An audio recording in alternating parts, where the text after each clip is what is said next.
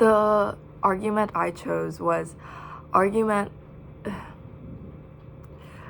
the argument I chose is abortion is necessary in case of poverty or lack of readiness or life goals.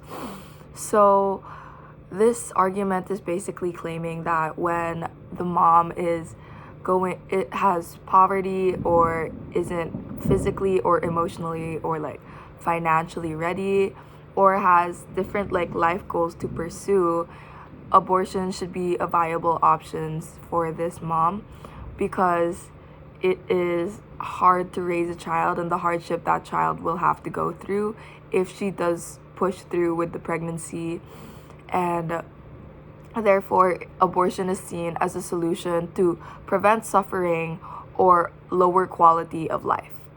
A lot of people would find this persuasive because it is appealing to compassion and practicality. So it recognizes the fact that the child will have a difficult life if we let the mom go through with the pregnancy, and also it's going to affect the future or the life the mom already has. Like the mom's already going through these hardships. If you add another person into this entire equation, it's going to be much difficult for the mom to pursue what she's doing or get out of the situation she's at.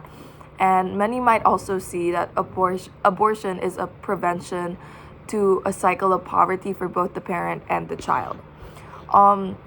This assumption rests on autonomy, which the mother's choice and personal freedom are the highest priority, and relativism, where morality depends on the one's personal situation or feelings or context.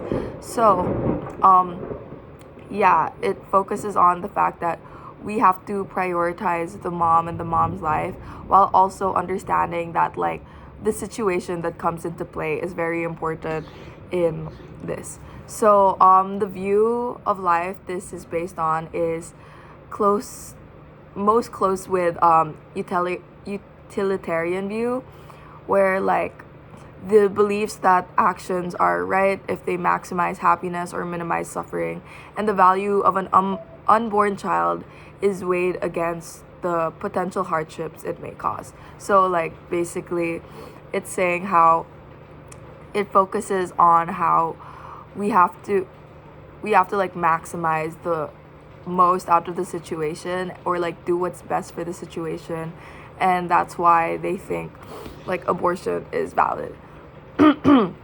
So for the logical evaluation, the first one we have is inconsistency. So the argument basically suggests that difficult life circumstances justify ending a human's life, but that does not like we cannot apply this logic everywhere else. Like for example, even though you're having a hard time, if you have a born child already, if you have a child that's already born, like a toddler, and they're making your life difficult, and causes like financial stress or emotional burdens, then they could be harmed or removed from your life.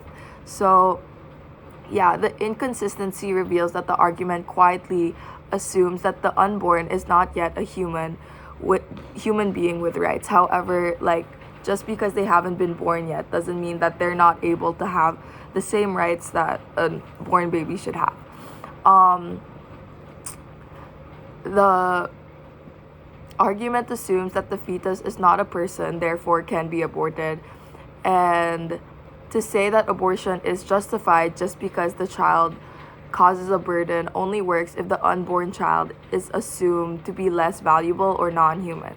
So this argument, like the argument of removing the fetus from the pregnant woman, is only justified if that living thing is not a living thing, or if it isn't a human being when it's already in the womb. So this utilitarian assumption argues that we have to like measure the worth based on the worth of the fetus based on the circumstance of the mother and the circumstance of what kind of life they're going to live in.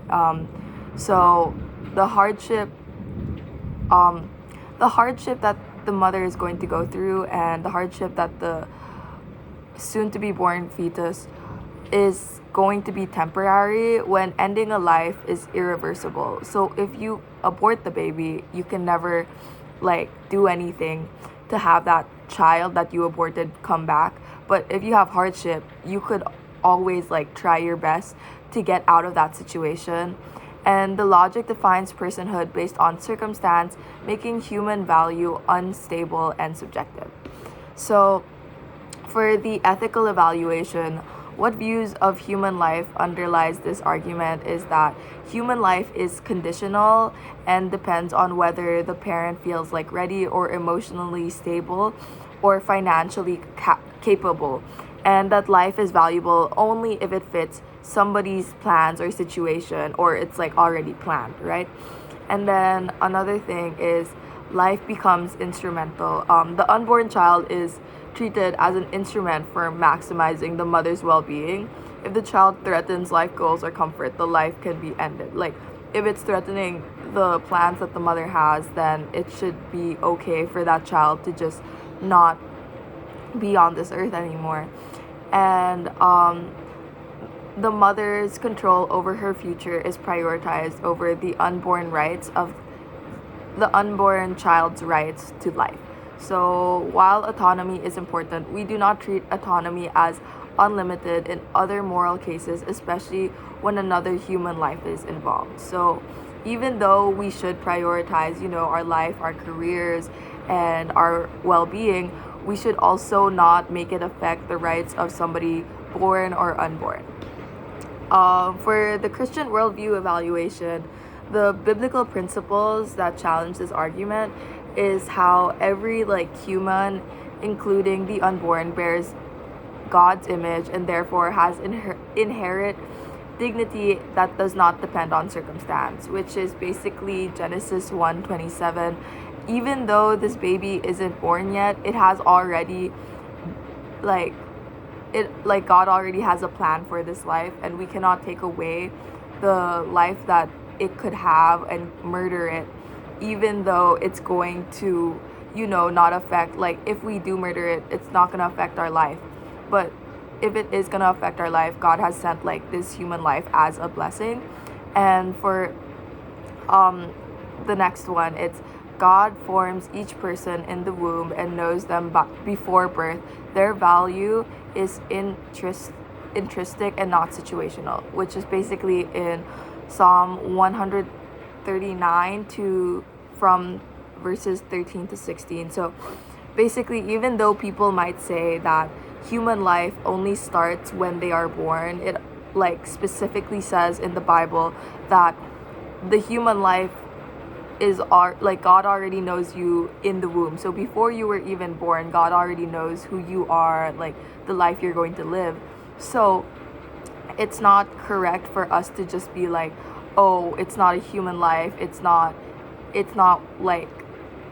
supposed to have rights, because God has already put a plan for this child. From a Christian worldview, value is given by God, not earned by readiness, convenience, or future potential plans or everything.